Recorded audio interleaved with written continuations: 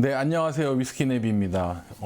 이번 주 강좌, 결국 저번 주에 쉬었죠. 네. 참 뭘 할까.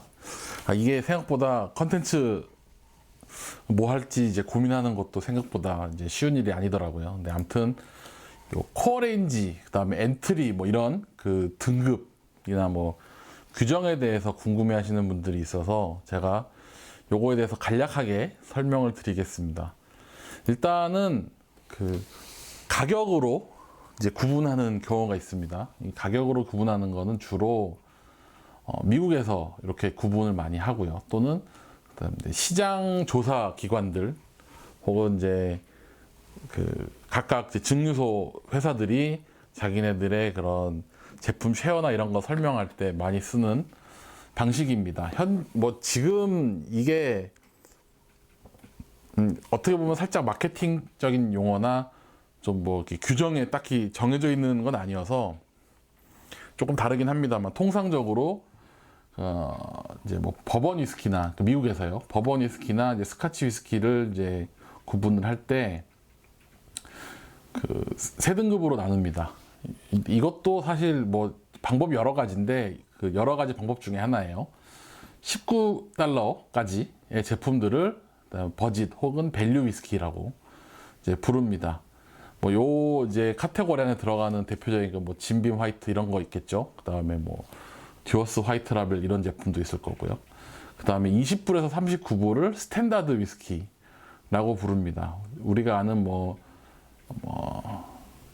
조니 워커 레드라던가 이런 제품들이 이 카테고리 안에 들어가고, 40불 이상을 프리미엄 위스키로 구분을 하곤 합니다. 근데 지금 이제 2021년 시점에 한국인으로서 이제 바라보면, 우리가 먹는 대부분의 싱글 몰트 위스키는 프리미엄 밑에 등급이 없죠. 뭐 물론 주세 영향도 있고 뭐 하겠지만, 2만 원 미만 위스키는 이제 상당히 있는데, 그 제품들이 뭐 이렇게 특별히 주목받거나 한 적은 거의 없는 것 같습니다. 그래서 이 등급표는 조금 이제 한국인으로서는 좀 쉽게 안 와닿는 등급표고요. 이제 그 다음은 요거는 조금 다른 게, 그 미국의 그 증류주 협회가 있습니다. 이 협회에서 이렇게 가격 존을 확 그 구분해 놓은 건 아니고, 자체적으로 시장 조사를 할 때 이제 매년마다 기준은 바뀌는데, 그 기준을 또 공개하지도 않아요. 공개하진 않는데 이제 보고서를 대충 보면 이제 이 친구들이 어떤 식으로 그 가격을 매겨서 이제 포지셔닝을 하는구나라고 알 수 있는 이제 것 중에 하나입니다. 이제 밸류 위스키는 이제 동일하고, 여기서 스탠다드가 빠지고 이제 프리미엄이 바로 들어가요. 20불에서 39불. 그 다음에 하이엔드 위스키라고 따로 카테고리가 있습니다. 이게 40불에서 150불. 그리고 슈퍼 프리미엄이라고 이제 150불 이제까지 이상의 제품을 이렇게 구분을 합니다. 네 카테고리로 주로 나누더라고요. 요것도 일견 이해는 갑니다만, 한국에서 40불 이상의 제품을 하이엔드라고 부를 수 있는지 요것도 살짝 안 와닿긴 합니다. 사실 이 기준도 아마 또 2021년 혹은 2020년 기준으로 다시 하라면 또 많이 바뀔 것 같아요. 가격이 엄청 올라가지고. 예. 그리고 하나 더, 이거 외에 뭐 300불 이상인가를 뭐 울트라 슈퍼 프리미엄이라고 하나 또 제멋대로 붙인 경우도 있더라고요. 이거는 이제 그 회사별로 자기네가 어떤 등급을 가지냐에 따라서 조금 나뉘는 것 같습니다. 그거 외에 예전에 그 썼던 자료들, 막 2010년 뭐 전후에 많이 유행했던 자료. 근데 이제 그 스카치 위스키, 그냥 그 블렌디드 스카치 위스키들을 나눌 때 이제 스탠다드가 3년에서 6년, 그 다음에 프리미엄, 그다음 한 12년 언저리, 슈퍼 프리미엄 뭐 15년, 그 다음에 울트라 프리미엄 21년 이상, 이런 식으로 구분을 하곤 했습니다. 이게 그 좀 차이점이 있죠. 뭐냐면 미국 시장에서는 버번 위스키가 숙성 연도가 상대적으로 낮기 때문에 이런 식으로 구분을 하게 되면 대부분 이제 프리미엄 제품 이외에는 없게 되기 때문에, 이건 스카치 위스키에서만 주로 사용하는 등급표인 것 같습니다. 그거 외에 이런 식으로 구분해 놓은 데도 있어요. 그러니까 그 제일 밑바닥에 블렌디드 스카치 위스키들, 근데 숙성 연도가 표기에 없는 것들을 제일 하위 등급으로 놓고, 숙성 연도가 있는 블렌디드 스카치를 그 위로 두고, 그 다음에 숙성 연도 표기 안 돼 있는 싱글 몰트가 그 다음이고, 숙성 연도 표기된 싱글 몰트가 그 다음, 그리고 싱글 캐스크, 이런 식으로 등급표를 나눈 데도 있습니다. 근데 이것도 이제 잘 보시면 딱히 저는 공감은 안 돼요. 그냥 이해는 해요. 가격이 뭐 비싸겠거니 하는 그런, 예를 들면 같은 숙성 연수라면 당연히 싱글 캐스크가 비쌀 테니까 뭐 딱히 틀린 말은 아니지만, 저는 이제 딱 중간 그 나스 싱글 몰트와 에이지드 블렌디드 스카치 포지셔닝은 뭐 사람 따라서 좀 바뀔 수도 있다고 생각을 합니다. 요거는 이제 다른 등급표인데, 등급표이기도 하고, 그 다음에 실제 요건 2017년 자료일 겁니다. 2017년 자료일 거고, 그 스카치 시장에서, 스카치 위스키 시장에서 어느 정도의 그런 포지션들을 갖고 있나를 이제 표기하는 그런 표예요. 보시면 블렌디드 스카치 위스키가 전체 위스키 시장의 68%를 이제 차지하고요. 이게 뭐 병수가 아니라 가격으로 따져야 되니까 생각보다 엄청나게 많이 팔린다고 볼 수 있습니다. 블렌디드 스카치가. 그 다음 이제 좀 놀라운 거는 싱글 그레인, 그 다음에 블렌디드 그레인, 그 다음에 블렌디드 몰트가 22%라는 사실입니다. 생각보다 블렌디드 계열, 그러니까 지금 보시면 이 세 개 중에서 싱글 그레인은 뭐 거의 시장에 시판되는 제품이 정말 손가락에 꼽죠. 거기에다가 블렌디드 그레인으로 가면 더 숫자가 적을 거고요. 사실상 대부분은 블렌디드 몰트 스카치 위스키라는 뜻인데, 뭐 대표적으로 유명한 게 조니 워커 그린 라벨 같은 제품이거나, 혹은 뭐 발렌타인 12년 블렌디드 몰트, 아니 뭐 쿠퍼도, 그다음에 또 뭐가 있을까요? 몽키 숄더도 있고요. 뭐 이런 제품들이 블렌디드 몰트 시장에 아마 대부분을 차지하지 않나 싶습니다. 놀라운 건 그렇게 비싸고 제품이 이게 비쌈에도 불구하고 싱글 몰트 위스키의 전체 매출액은 스카치 전체에서 10%밖에 안 된다는 점입니다. 사실 이것도 굉장히 많이 올라온 거예요. 예전에 봤을 때는 막 5% 이랬거든요. 그러니까 싱글 몰트 시장이 점점 커지고 있는 건 맞는 것 같다. 근데 아무튼 이제 스카치 자체 내에서는 그냥 이런 식으로 분류를 한다. 그리고 참고 자료 정도로 확인하시면 될 것 같습니다.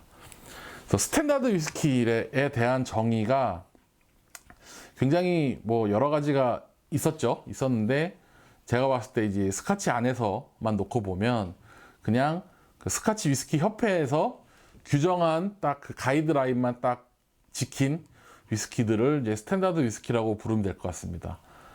메가를 원재료로 하되 이제 그레인을 섞을 수 있는, 그리고 3년간 오크통에 숙성하면서 40% 이상의 알코올 도수를 가지고 있으면, 그러니까 이 규정을 지킨 이제 최소한의 위스키들을 이제 스탠다드 위스키라고 부르면 될 것 같습니다. 뭐 대표적으로 이런 것들이 있겠죠. 국내에서도 구할 수 있는 위스키들이 꽤 있습니다. 저렴한 가격에 2만 원 밑으로도 있고, 뭐 이런 제품들이요. 그 다음에 코어 레인지에 대해서 정의를 좀 드리는 게 좋을 것 같아서 이것도 한번 말씀을 드리면, 코어 레인지는 뭐냐면 각 그 브랜드에서 특별히 단종되지 않는 이상 계속 재고를 갖고 있으면서 언제든지 살 수 있는 제품들을 의미한다고 보시면 될 것 같습니다. 그러니까 한정판이 아닌 그냥 일반판이라고 보시면 돼요. 뭐 일반판이긴 한데, 그러니까 항상 자기네들 이제 홈페이지에 두고 있으면서 항상 어느 샵에 가도 구할 수 있는 제품 정도의 느낌으로 이해하시면 될 것 같습니다. 지금 보시는 사진은 이제 여러분들이 좋아하시는 글렌드로냐 홈페이지에 있는 사진입니다. 보시면 요 이제 사진이 코어 레인지 카테고리 안에 있는 위스키들입니다. 코어 레인지 안에는 일단 8년, 10년, 12년, 15년, 18년, 21년, 그리고 넌에이징인 피트, 이렇게 7종이 본인들의 그 코어 레인지라고 표기를 해놨습니다. 이 카테고리 안에서라고 보면 이제 우리가 그래도 쉽게 접근할 수 있는 글렌드로냐 캐스크 스트렝스 제품은 한정판이라고 이제 구분이 따로 돼 있는 거죠. 근데 요 코어 레인지를 사용하지 않는 증류소도 있습니다. 뭐 대표적으로 맥켈란이 있겠죠. 이 이제 맥켈란 같은 경우는 코어 레인지라는 표현을 쓰지는 않고 그냥 다양한 레인지 제품들이 있다 이렇게 표현을 해요. 뭐 쉐리 레인지, 뭐 더블 캐스크, 뭐 등등등 해서 여러 가지 그런 제품들이 여러 가지라고 말하기에는 정말 많은 수준의 그런 제품들이 나오고 있어서 이제 코어 레인지가 큰 의미가 없는 상황입니다. 뭐 보시면 요거는 위스키 정보 사이트 위스키 베이스에 맥켈란을 검색하면 나오는 코어 레인지입니다만 지금 이 딱 보셔도 이게 코어 레인지인가 싶을 정도인 것들이 있습니다. 10년 캐스크 스트렝스 이거 도대체 언제 단종되는지도 모르겠고 10년도 안 나온 지 꽤 됐죠. 이제 12년이 나오고 있고 여기에 뭐 더블 캐스크, 트리플 캐스크 있는데 이런 좀 약간 분류하는 그런 사이트에서도 코어 레인지가 딱 이거다라고 규정을 못 하는 거예요. 왜냐하면 증류소에서 규정을 안 해놨기 때문에.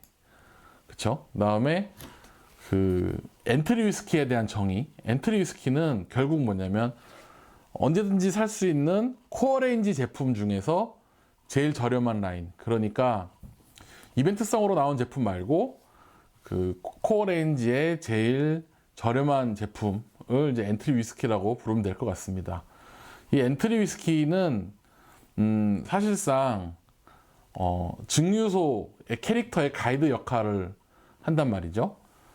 그러니까 어떻게 보면 제일 캐스크의 영향을 덜 받고 스피릿의 그 캐릭터가 가장 강하게 드러나오면서 전체적으로 대량 생산되는 제품이기 때문에 이 브랜드 혹은 증류소가 어떤 식으로 이제 캐스크를 평균적으로 사용하는지, 그다음에 본인들이 생각하는 맛이 어떤 건지에 최소한의 가이드라인이 된다고 볼 수 있습니다. 사실 저도 그 엔트리 라인을 굉장히 중요시하게 여기는 사람 중에 하나인데 어떤 제품을 살 때 혹은 뭐 같이 모임을 할 때 항상 이제 준비하고 이야기하는 것 중에 하나가 엔트리가 너무 형편없으면 그 상위 라인 위스키도 사실은 큰 기대를 안 한다라고 이제 항상 말씀을 드려요. 그게 어찌됐든 제일 저렴한 값에 본인들의 제일 그런 헤리티지라고 하나요? 그런 자기네들의 그 표현하고 싶은 맛이나 이런 것들이 정말 최소한이라도 담겨 있어야만 그 다음 자기네들의 그런 핵심적인 맛들을 그 다음 제품에 더 많이 표현할 수 있기 때문에 엔트리에서 그런 특징을 못 찾는다 그러면 크게 기대를 할 수 없다라고 이제 말을 하곤 합니다. 뭐 이런 엔트리 대표적인 것들 이제 블렌디드 스카치 위스키 같은 경우는 발렌타인 파이니스트, 그 다음에 시바스 리갈 12년, 뭐 듀어스 화이트, 조디 워커 레드 라벨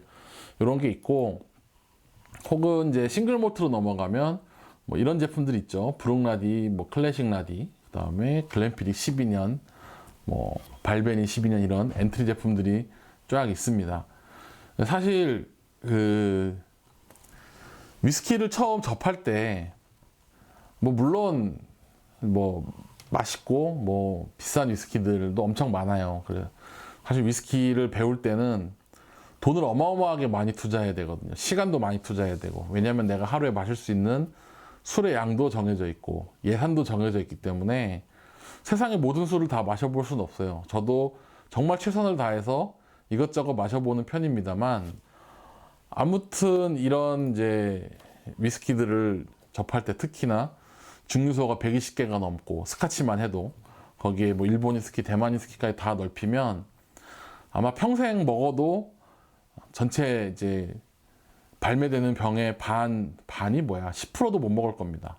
10%도 뭐야? 5%도 쉽지 않을 겁니다. 아무튼 그래서 빨리 가이드를 잡아야 돼요. 내 취향이 뭐다, 혹은 내 취향이 어떤 위스키가 좋은 것 같다, 이게 맞추려 그러면 일단 엔트리부터 이제 버티컬로 올라가는 게 제일 좋다고 생각을 합니다. 일단 뭐 대표적인 캐릭터 몇 개를 잡아놓고 리뷰를 읽으면서 어떤 엔트리를 먹을 건가를 정하고 그 엔트리가 마음에 들었으면 그 다음 숙성 연도 혹은 그 다음 제품들 이렇게 쭉쭉 올라가는 방식이 위스키를 즐길 때는 제일 무난한 방식이지 않나 생각이 들고요. 아무튼 이 용어 정리를 한번 제 나름대로 했습니다. 근데 아까 말씀드렸다시피 이게 뭐 코어 렌지도 마찬가지로 쓰는 데가 있고 안 쓰는 데가 있고요. 엔트리라는 말도 물론 이제 마케팅 용어이기도 하고, 그다음에 등급표도 이제 증류소에서 이렇게 딱 등급을 딱딱 나눠서 뭐 얼마까지 이런 식으로 구분을 한 게 아니에요. 아니다 보니까 약간 추상적인 개념일 수도 있고 회사마다 다를 수 있다는 걸 알고 그냥 대충 이런 거다라고만 알고 넘어가시면 될 것 같습니다. 감사합니다.